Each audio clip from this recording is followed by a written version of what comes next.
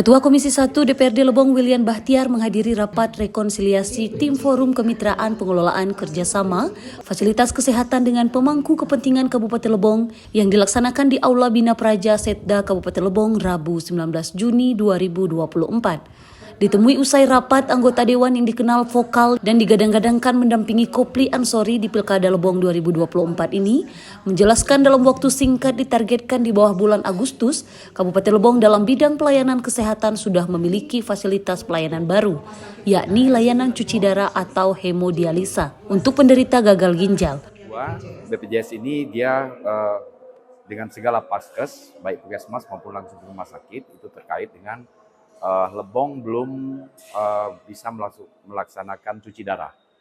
Jadi alhamdulillah kalau tidak ada kendala di bawah bulan 7 dan di bawah bulan Agustus tentunya target kami bulan Juli ini itu sudah launching, Lebong sudah bisa cuci darah. Diketahui penyakit ginjal kronis menghantui warga Indonesia. Catatan Kementerian Kesehatan Republik Indonesia menunjukkan ada sekitar 1,5 juta kasus gagal ginjal dengan total pembiayaan mencapai 2,9 triliun rupiah. Menurut William, layanan ini diperuntukkan bagi masyarakat Lebong dan sekitarnya agar mendapatkan kemudahan dari segi jarak dan efisiensi biaya, yang dimana pasien dari Lebong melakukan cuci darah di luar Kabupaten Lebong.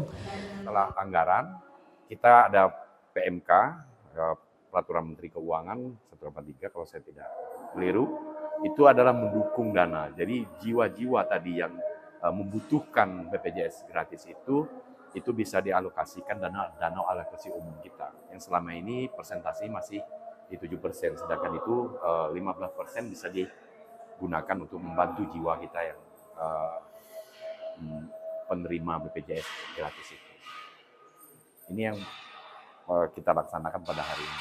Di akhir masa jabatannya sebagai wakil rakyat dari Partai Perindo Dapil 3, William Bahtiar berharap dengan adanya layanan tersebut bisa bermanfaat dan memberikan kemudahan bagi masyarakat yang membutuhkan layanan cuci darah.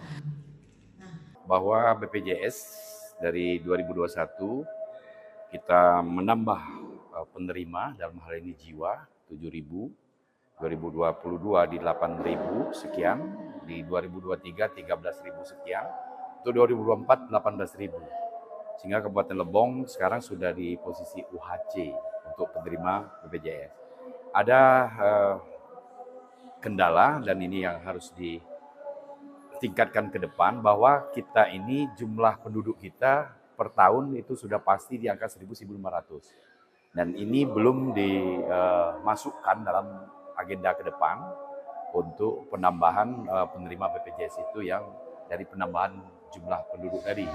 Intinya gini ya, intinya rumah sakit itu tidak boleh membebankan ke pasien beli sendiri. Kalaupun misalnya harus dia membeli sendiri, ya gimana caranya rumah sakit jangan sampai itu jadi bebannya si pasien gitu. Dari lokasi, Tim Liputan Lebong TV melaporkan.